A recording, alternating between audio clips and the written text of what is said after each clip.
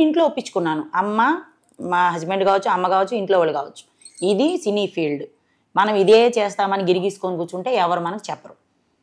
పని మనిషి నుంచి వ్యాంప్ క్యారెక్టర్ వరకు నేను అన్నీ చేస్తాను. అది తప్పు కాదు. అక్కడ చాలామంది జనాలు ఉంటారు, అది మొత్తం షూటింగే, పెద్ద పెద్ద వాళ్ళే చేస్తున్నారు. నేనెంత ఆఫ్టర్ ఆల్ అని నేను ఒప్పించుకొని నేను చేయడం జరుగుతుంది. ఓకే. ఇప్పుడు ఎలా ఉంది మరి మీ హస్బెండ్తో కానీ, మీ ఇంట్లో కానీ, మీ రిలేటివ్స్లలో కానీ? అందరితో హ్యాపీ. ఓకే.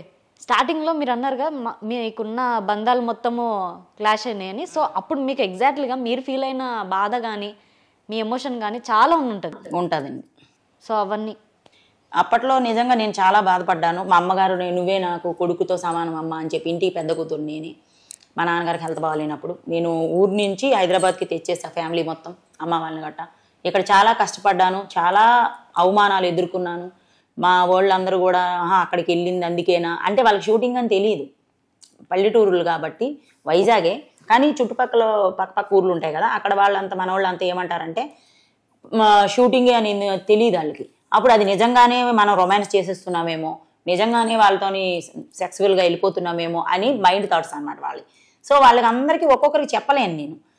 అందువల్ల నేనేంటంటే అప్పట్లో ఇంతగానో మనకి సోషల్ మీడియా కూడా లేదండి, 2016 గట్టా. ఇప్పుడు యూట్యూబ్ కూడా అంతగా అప్పట్లో లేదండి, రన్నింగ్. ఇప్పుడే ఎంత ముందుకెళ్తుంది. అప్పట్లో only short films, songs, news అవే ఉండేవి. ఇప్పుడు అన్నీ వెళ్తున్నాయి కంటెంట్స్. అప్పట్లో అవి లేవు కాబట్టి వాళ్ళకి రాంగ్గా అనిపించి నన్ను ఫంక్షన్స్ కానీ దేనికి కానీ పిలవడం కూడా మానేశారు.